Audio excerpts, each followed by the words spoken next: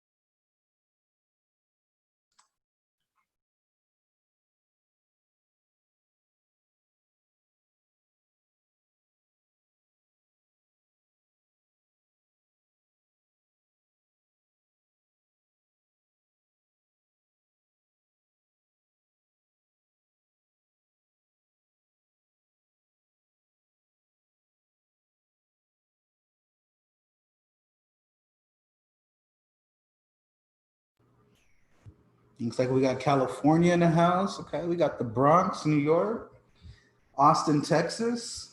All right, Stevens Point. Nice, nice. Welcome, welcome.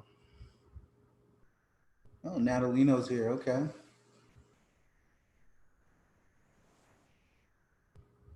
Quebec City. Wow. All right. Well, people are pulling in. I think we'll go ahead and get started. So let's see. Let's get this Zoom thing out of my way.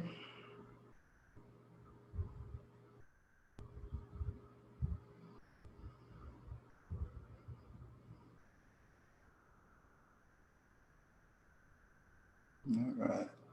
Oh, there it goes. All right, guys. So here we go. The agenda for today, we're going to start out with some introductions. We're going to look at the use case here for contactless surveys and really get into the implementation over here. And then after, obviously, jump into some Q&A. I think we're, some of us talking about earlier, you know, we're into this touchless and contactless survey time, which is very exciting, finding ways to pivot in terms of feedback and research and being able to continue to listen, analyze, and act. So let's go for it. Hopefully everyone is nice and comfortable, has some refreshments, and ready to join the conversation. So I'm John Johnson, VP of Customers over at QuestionPro. I have been working in the research industry for a very long time, 13, 14 years to be exact, with QuestionPro for 9. Started in the research world in the qualitative and quantitative side, made it up to a project manager and field manager, but I actually started on the phones, calling up people saying, hey, will you take my survey? And a lot of people saying no and hanging up the phone on me. But you know what? I faced a lot of rejection, but I am married now, so I learned some things. And you might catch that on your way out the door, but that's fine. But I have some lovely people joining me today, Kristen O'Malley and Gautam Mahtani. When we start to conversate with them, they'll kind of jump into a little bit about themselves as we go through. And with that being said, we're going to start with Kristen. Kristen, before we talk about why you had the need for contactless surveys, tell the audience a little bit about you. Sure. Thank you for having me today. Good afternoon, everyone. So I have been with the Convention Center Authority in Boston, Massachusetts it will be 17 years in September. My current title, I'm the Director of Experience and Quality Assurance. I started right out of college. I was in customer service first, working a service desk, taking orders from exhibitors. And then I was in event services for about 11 years, where I actually worked hand in hand with the clients coming into the building. I was the liaison between the clients and all our service delivery teams in the building, and kind of was their point person whenever they planned an event and executed it in-house. Today, my job is I oversee two different departments, the exhibitor services department, which is what I mentioned before, where we have a service desk. We take all the service orders for any exhibitors for utilities, because our facilities, the BCEC as well as the Heinz Convention Center, they both have a lot of exclusive services in the building. And so my team handles all those orders. And then I also oversee the guest services team, which, anyone coming into the building is welcomed by one of my folks in a red blazer. They are cheery. They're welcoming people as they come off buses and walking into the facility. And they also help facilitate our attendee survey. So that's kind of how I got in contact with QuestionPro about 2.5 years now. I feel like we've been working with QuestionPro. I also oversee all our customer experience surveys. And we were looking for a change about 3 years ago, and we worked with QuestionPro to figure out what would make sense for us as far as a new survey program. And we've kind of gone from there. We conduct 3 different surveys in-house. We do a exhibitor survey, which is done at the end of an event after someone has purchased services through us. So we want to get a gauge as to what their experience was like. We also do an attendee survey, which is currently not contactless, but in conversations, I anticipate we will be going to a contactless survey in the future for the attendee survey. And then we do a client or a meeting planner survey. That survey is sent out to any of the clients that are hosting an event, just to get a feel for how their experience was and what we could do better. That's the biggest thing for us, is to engage with our customers and see where we can go from there. So that's kind of my background with the convention center right now. No, thank you, and that makes a ton of sense. And thank you for sharing with the audience. And I think you mentioned a lot of the programs that you've been in charge of and been working on and executing on. What recently changed, and what brought the need for contactless surveys? Sure. So as many of us kind of hit that wall a little bit in March, right about St. Patrick's Day, we started seeing a lot of our shows looking at postponing, looking at just not taking place in our facilities due to the recent events with COVID. And a lot of our team members were starting to work from home.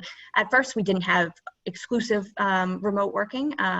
But then our group, the MCCA, kind of moved to having complete home remote employee engagement. And then that turned into having one small team of employees that started coming into the building, because we actually turned into, like many facilities across the country, we turned into a field hospital for COVID patients. So with that field hospital, it was called Boston Hope. We had 1,000 beds in the facility. We had half of them were homeless COVID patients, and half of them it was like a step down facility for folks. And that was run by a healthcare organization in the city that was local to us. And when we came into the building as employees from the facility, we had to go through a screening process due to the fact that we were not employees of that healthcare organization. We couldn't use their program. So we physically had to go through and answer questions and have their temperature taken and whatnot.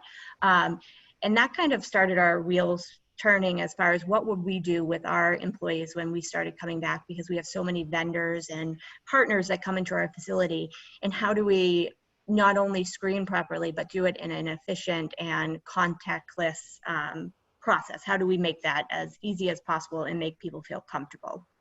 Got it. No, that totally makes sense. And wow, Boston Hope, I like it. And thank you guys for, all you guys did in that time and have been doing in that time too. What was some of the, when you guys sat down to look at kind of the requirements, the implementation, what were some of kind of the key things as you and leadership were looking at that? Sure. So obviously the biggest thing for us is we wanted it to be quick. We don't want people to get bogged down. We also don't want people to get nervous about it. And the longer the survey was, it would feel more invasive and feel more just like we were asking questions that didn't need to be asked. So we wanted to make sure it was quick. We wanted to make sure that it was accessible via the individual's device. We didn't want someone to have to come in and fill out a survey that was at a computer at one of our security stations. We wanted to make sure that they were able to do it prior to leaving their home. You have to think about if they're answering these questions, and as you'll see in later slides, there's a point where if someone answers a question and it seems as if they might have a symptom, we want to make sure that we kind of triage that before they even leave their house. We don't want someone to be inconvenienced by coming into the office and then being sent home. Like, that doesn't make sense for anyone. And then finally, we wanted to make sure that we could do some reporting on the information that we receive, as far as percentage of responses and how many responses we were getting daily. We wanted to make sure that we could utilize that information after the fact as well. Right, right. And you kind of mentioned like wanting to be non-invasive and and the questions used in the survey. So yeah, what did that look like? What were the type of questions and what were the things that you were looking to get to stay non-invasive, but also not inconvenience people and get the information before they got to the office? Sure. So the first thing we did too was that we pushed it out to anyone that has a work issued cell phone. It was pushed out to the cell phone so that it sat on their phone, their home screen as an app, so that it was always there. You didn't have to go back to an email to click on a link all the time. It was right there on your home screen. If someone didn't have a work issued phone, say a vendor of ours, they could always save it as a favorite on their phone themselves. We explained how to do that in the initial rollout, just to make sure that first step, that it was easy, it was convenient, people weren't frustrated trying to find old emails and whatnot. So that was the very first thing we did. So when the person opens up the app or opens up the questionnaire, we first ask for their contact information. Obviously we want to know who is filling out this survey, just so that we can make sure that the results of the survey match when they walk in the doors. So we asked for the first and last name of the individual as well as an email. Later on, we added in company when we started having more vendors starting to come into our building. So we wanted to know if we had someone coming and doing work on our escalators. We wanted to know that was a individual that was working for that company versus an MCCA individual. So the first question that they're asked is, have you or anyone that you've been in contact with tested positive or had a presumptive positive COVID test in 14 days. Okay. If someone was to say yes to that question, the survey is automatically terminated, and you'll see in a screen further on, and they receive a message. Similar with the second question, it is if you're presenting any symptoms in the last 24 hours, and if you had a temperature. If you click yes, then the survey is terminated, you get a message that's received. If you click no to any of those first two questions, you continue on with the survey. The last set of questions is about different symptoms.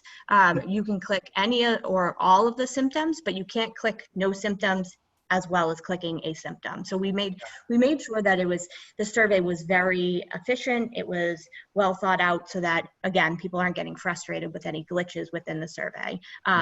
So if you click that you have a symptom, then again, the survey would be terminated. You'd receive a message. If you said no symptoms, then the survey would be complete. So you can see on this screen right here, if you fail the survey, so meaning if you click yes to any of the symptoms or yes to coming into contact with an individual or having a fever, you get sent right to the screen that's up right now. So basically it's saying that you did not pass the health screening, and pretty much it's telling you to contact your manager before you report into work. So we're not saying that you can't come to work. We're not saying that, we're not raising this huge red flag. We're just simply saying that you have not met the criteria to just make your way into work without talking to someone. So we felt that this was an easy way to not scare anyone or not make someone feel like they're going to come back later and say you couldn't come to work. We're just simply saying, because of what you chose on the survey, you need to speak to someone before you head into work today. Got it. And then if it's a success. Yes, exactly. So if you make it through the survey and you say no to everything and no symptoms, we ask you to actually screenshot the last page of the survey, which basically says that you've passed it as well, just because you never know if the email that's generated from these surveys saying that you passed it could get caught in someone's spam. It could, you could just miss it. So Right. if you receive the email, this is what the email would look like. The biggest thing for us on this is that obviously that the individual has passed, but it says my name. So my name, Kristen O'Malley, will match my badge as I'm walking in the door. So we have certain points of entry in our facility that are only open right now, and they are staffed with a public safety officer. The public safety officer asks to see this email as you walk in the door, and they can actually match up my name on the email to the name on my badge so that they know that I took this survey. They can see the timestamp on it, because we ask for folks to take it within 4 hours of coming into work. And it basically says that you've passed the health screening, and we also can utilize this email to communicate any different parameters that we're enforcing at work. So you can see that this says that we need a face or mask covering at all times. If we change this, if it was something, if we start taking temperatures, we would actually communicate it in this email, because then folks see it right before they come into work. It's fresh in their mind. There's no questions to be had. And then we also have a video about hand washing and just normal practices that the individual should be taking. So the way that we send out these surveys is automatic. Once the individual passes the health screening, they automatically, due to the logic that we have built in the survey, they receive this email. Similarly, we have logic built in if they say that they've come in contact with someone, or if they have symptoms, they automatically, due to the logic, will be sent to the screen that says that they have not passed. So it's very intuitive. I don't have to, once it's been up and running, I haven't had to do anything on my end. All the emails have been working perfectly. We also have a distribution list that receives any of the failure information. So if I was to say that I had symptoms, that information would actually go to our HR team, just so they're aware of who needs to be reaching out to their manager prior to coming into work. And so that gives us that safeguard that we know that we can check and make sure that those individuals are actually reaching out prior to walking in the doors.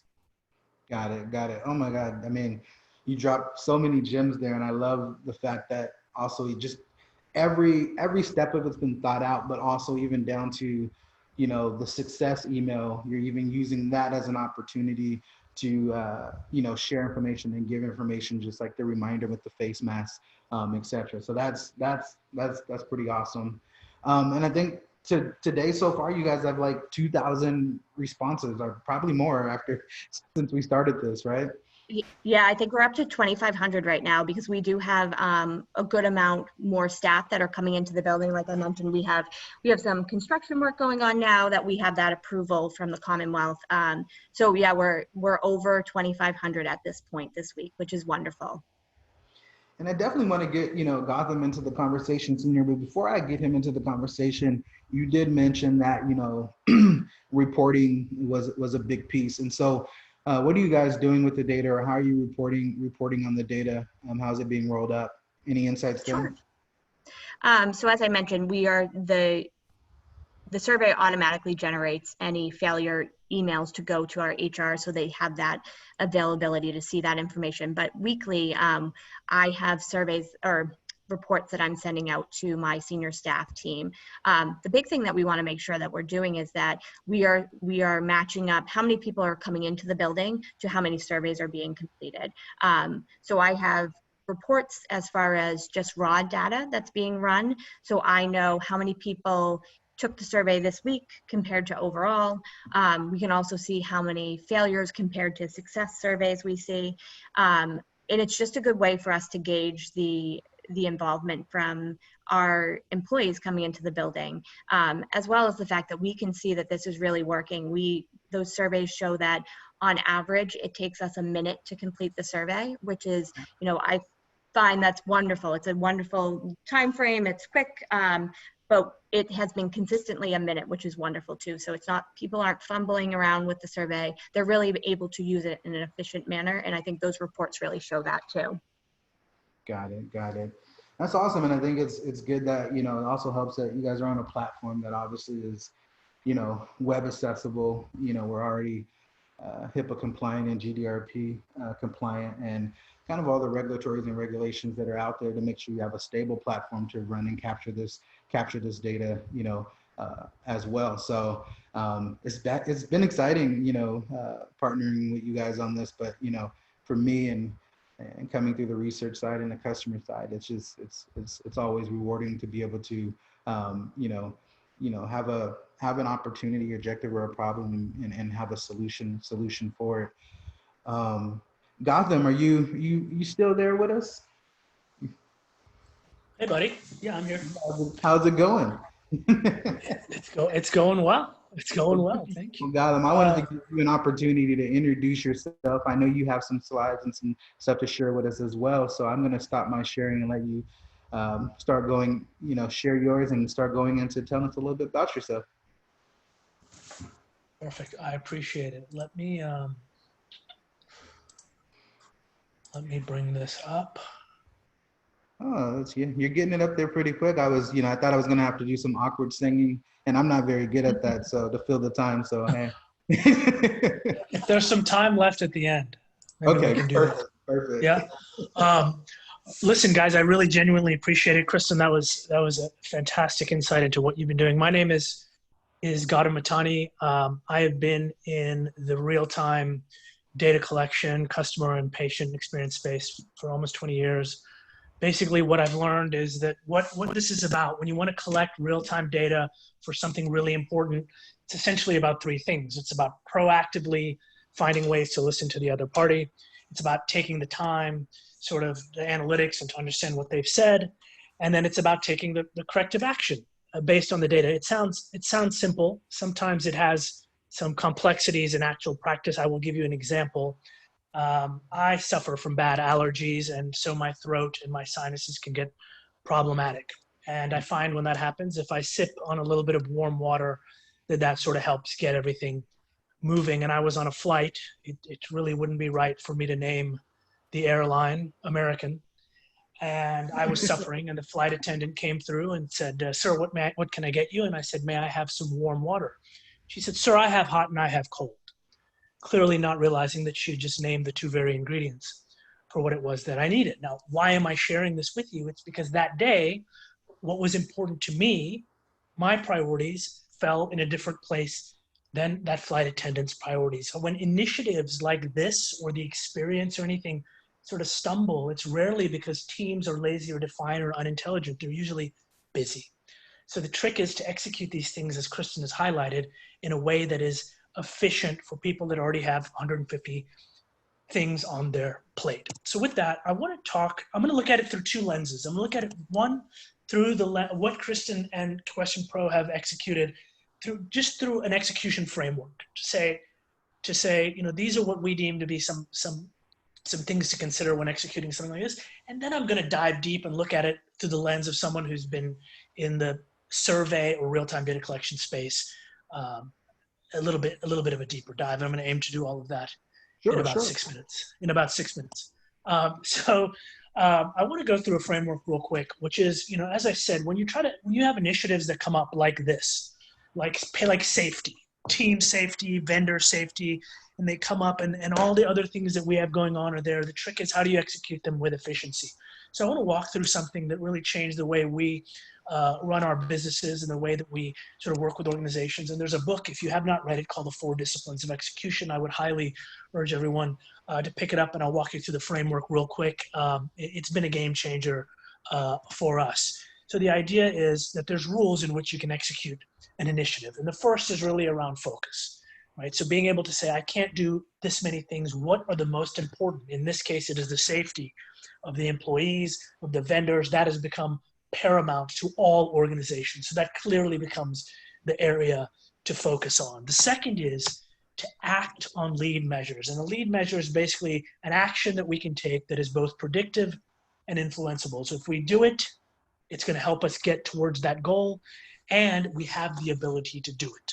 So in this case, screening, right? So discipline 2 is act on lead measures. Discipline 3 is to keep a compelling scoreboard, and that does not mean big, elaborate, sophisticated executive dashboards. It means doing exactly what Kristen has done, taken the necessary pieces of information around the response rate, how many people are we screening, taking things like how are we doing, and getting that distributed out immediately to the necessary people.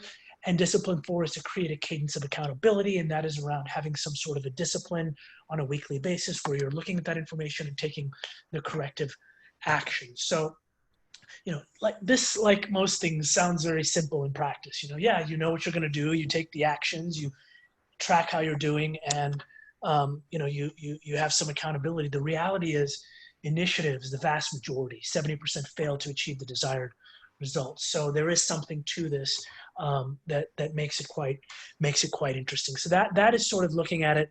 That's the execution part, and execution is sort of a funny thing.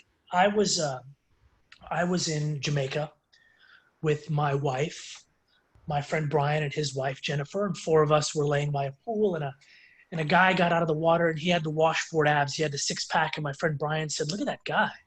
That was me, right? Yeah, that was you. Look at that guy. He's lucky. And his wife Jennifer said, "Sweetie, he's not lucky. He's disciplined. He eats carrots. He works out. You eat ding-dongs and watch Cops." And I'm sort of dating that story a little bit, but the reality is, in order to execute at a high level the way that BCC has done here, is it requires persistence and it requires repetition.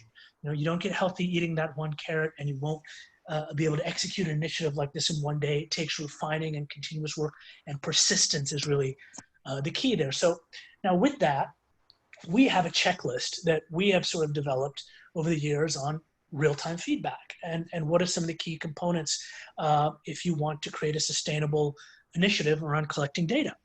So the first is having an involved leadership team. Now, we've never seen a program, we've seen plenty of programs succeed with an involved leadership team, and we've seen plenty fall short of the mark when something just wasn't important. Now, again, employee and vendor safety during the pandemic is become paramount for everyone, and having that leadership support in most organizations, I think, is there. So that's that's sort of the good news here. The second is to make it easy for respondents to give feedback. Make it easy to collect this data, both for yourself as well as for the respondent that's giving you the feedback. And we heard from Kristen about quick, accessible COVID screening that really people are doing. We've got over 2,000 people that have already done this, and those numbers just keep growing. And so that is absolutely key. When organizations fail to get the quality and quantity of data that they want, the number one reason is inconvenient, time-consuming data collection. And so that can be sidestepped with a little bit of discipline in question design and a little bit of innovation in how we collect that data. Number 3 is aligning those specific analytics of that initiative around the organizational goal. I can tell you that there's a lot of analytics that could be produced around this, but the team has narrowed the focus and is just focusing on the things around response rate and routing, the systematic tracking to the necessary people, with Kristen distributing, with the system kicking out some automated reports and Kristen generating some on a frequency and sending those to the leadership team. So far, 3 out of 3 checking the boxes on what creates a great sustainable data collection initiative. And the final one is creating timely closed loop follow-up. And this is where a lot of organizations, unfortunately, just in my personal experience, have fallen short.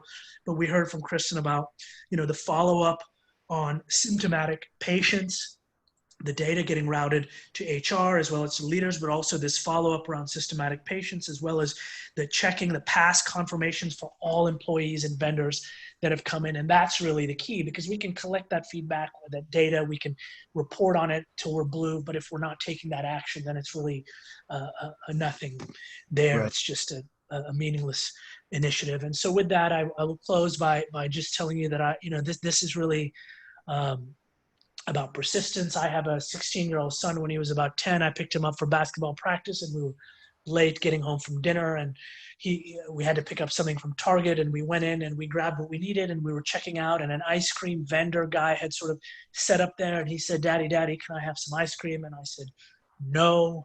And he said, but why? I said, because it'll spoil your dinner and we'll be late. And he said, well, what if I just hold it? And I said, you're not going to hold it because that'll become a mess and we'll be late. And he said, well, what if you hold it? I said, well, I'm not going to hold it because then we'll both look guilty and it won't go well for either of us. And I learned a valuable lesson that day, that my kiddo can close more deals than I can. Why? Because he's persistent. So as we find ourselves in this crazy new time, I wish you all the success in keeping your teams and your vendors safe. And thank you so much for the opportunity. No, of course.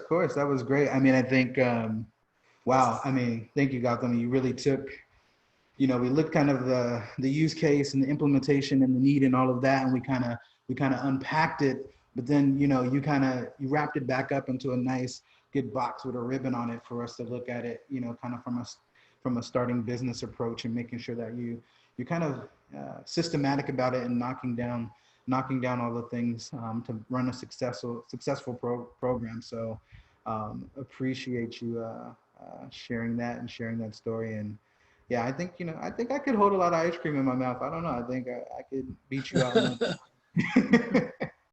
We always say that he looks like the Joker in this one. That's good. Am I passing this back to you, JJ? Yeah, you can pass it. Or shall I just go to the next slide? I can do either one you want. Yeah, next slide's fine. I think now we're ready to get into some of the Q&A. Obviously, I think what I'll touch on is, there's definitely, we have, an experience platform where we want to help, those looking to, listen, analyze, and act and collect feedback, through there's customer experience, employee experience, the researchers of the road that are connecting. But, we are available to assist and look at those needs. And we've been able to do that, obviously, with the Massachusetts Convention Center, obviously working with Gautam and a lot of healthcare facilities and hospitals that were looking to go contactless as well. And when you look at the different ways to do that, yes, you can, if you have the resources, you can have an app on all the employees' phones, a place for the vendor to download that and be able to take the survey as well. If you have a list, you can push it out and automate it that way. There's ways to do it via technical abilities, as well as what we found that's been really great is putting posters that are a QR code that point to the survey in key spots and locations within facilities. This is something that's worked really well. Also in restaurants, when employees are coming in for their shifts or need to do updates during their shift, they can, take their device, scan that QR code, and put in that information. So that's been great. I will jump into some of the Q&A, and I think I'm gonna kick the first kind of question off to you, Kristen, if you don't mind. Did you face any pushback from employees or vendors? We didn't actually. We've had a couple people that have questioned, the need for it, or question just in general if this was something that we'd be doing continuously in the future. But we found that people actually, they appreciated the fact that we were doing this, because not only is it showing that they're safe to come into work, they know that their coworkers are doing the same thing as well. So I think that people actually appreciated it more than felt concerned about the fact that we were asking them to complete these forms. I worked with our HR director as well as our chief information security officer on just the nature of the questions to make sure that they weren't invasive, that we weren't asking anything that would be of concern to have in the platform either. So we actually felt that people were responsive in a very positive manner. Got it. Got it. That makes sense. And Gautam, I think from the frameworks and things that you were showing out there, one of the questions that came through was, is there kind of a health survey kind of template that can be used, or kind of a standardized set of questions that you've put together? JJ, specific to the screening or for patient experience as a whole, or? Particular to the screening, for the health screens. Yeah, look, I mean, one can go round and round on this, but I have to tell you that from when I got involved, as far as QuestionPro and Kristen have taken that set of questions, and I imagine that required quite a bit of thought, but it was very intelligent. It had the right simplicity and intelligent logic built in, so that it would not waste the time of people who are not symptomatic, but it did a nice deep dive into the people that are. And so the answer is I've seen it, it exists, and we've just talked about it. So most definitely. Perfect. And, Yeah. Kristen, coming back to you, I look at, there's big events that happen in the world and in life. And with those comes, new things and new additions, a lot of positive changes. And, obviously we're all learning new things, working remote and things of that nature. And you guys have launched this survey. Do you see this something that's going to be long-term? Do you see this being, a part of the future? For sure. I feel like we were talking about how, contactless or touchless is the buzzword in the future. I could foresee, working with clients to see how they want to use something similar to this, whether it be something that we help produce or they do on their own. In the future, there's a lot of companies too that are also doing, for registration purposes, coming into the building. Everything is prior to even taking a step into our walls. The thought is that there's no time to be waiting in line. There's no clustering. So all those things need to be remote and mobile and on your own device, because being on your own device too gives that kind of level of comfort too. So I would anticipate that us at the convention center, that we will be using this health screening for our vendors and for our internal folks into the foreseeable future. But I also foresee, as I mentioned at the very beginning, things like our attendee survey, where it actually was done by walking up to either a station with an iPad where you would touch it, or my employees would actually hand over an iPad to an individual to complete a survey. So we've already started talking about possibly, to your point, using a QR code, which someone actually scans the QR code, has the survey on their own device, and they can complete the survey. Similar to, I know some restaurants now are doing that with menus, where they actually have, instead of a paper menu on the table, you scan a QR code and you have that individual restaurant's menu on your phone. So you don't have to worry about where that menu was, what's happening with it afterwards. And I for sure see this in the future. Got it. Yeah, that totally makes sense. I think I would agree too. I see this as something that, is going to stick around, is going to be very, very helpful, and it continues to keep us all safe and keep us all moving. So very much needed. We kind of talked on this side. Gautam, question I have for you, kind of as it relates to kind of patient experience. And as Kristen just mentioned, the tablet was a highly used thing, and I know in a lot of the instances you and I have worked on, the tablet was used a lot. And I know at this point everyone is talking about contactless and touchless, and people have beyond warmed up to it. But going back to that beginning of March, mid-March, around St. Patrick's, Gautam, and I think you and I both saw what was coming down the pipe. And I think you started to discuss with people and start to educate. Did you see any kind of hesitation then? No, I don't know if it was just hesitation so much as a requirement for perhaps a slight bit of updating on what the QR code has become. You know, the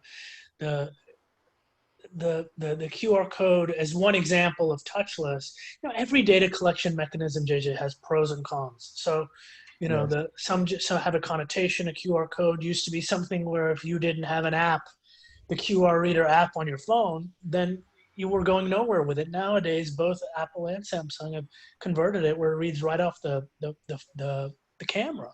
And so it Absolutely. becomes a beautiful, and you know, a lot of the organizations we work with that were collecting on-premise feedback had built in a process by which the same way they would give a receipt or ring something up, part of that process was getting the customer or patient to give feedback on some sort of a kiosk. So it was an embedded process. Because if you just put a tablet there and don't do anything and assume people are going to go over to it and use it, it's just going to collect dust. It's not going to collect feedback. It's going to collect dust. And so they had those embedded processes, so which are not that difficult to put in. And so when you have those, then switching from something like a tablet to something like a QR reader is the natural evolution in this, you know, in contactless society in the middle of a pandemic. So I think it just took a little bit of education around the technology side of it. But then people were, at that point, as you saw, sort of lining up for that. Yeah, makes sense. Makes sense.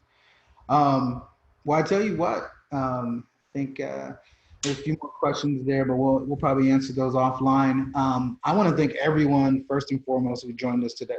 Obviously, everyone's time is super valuable, so we appreciate you sharing it with us. But I also want to give most humblest and heartfelt thank you to my guests, which was Kristen O'Malley and Gautam Mahtani. It means a lot for you guys to take your time out of the day, but also to share and educate others and be so open and honest with what you're seeing and what you're doing, because that definitely helps us all be progressive together. And so pouring back out into people and the industry means a lot, and we all thank you. Oh, happy to be here. Oh, my pleasure. Thank you, guys. So everybody out there, if it's morning, afternoon, or night, go out, do something, have fun, stretch, drink lots of water, read something that's impactful, and we will talk to you again soon. Thanks so much. Thank you. Thank you. Have a good one.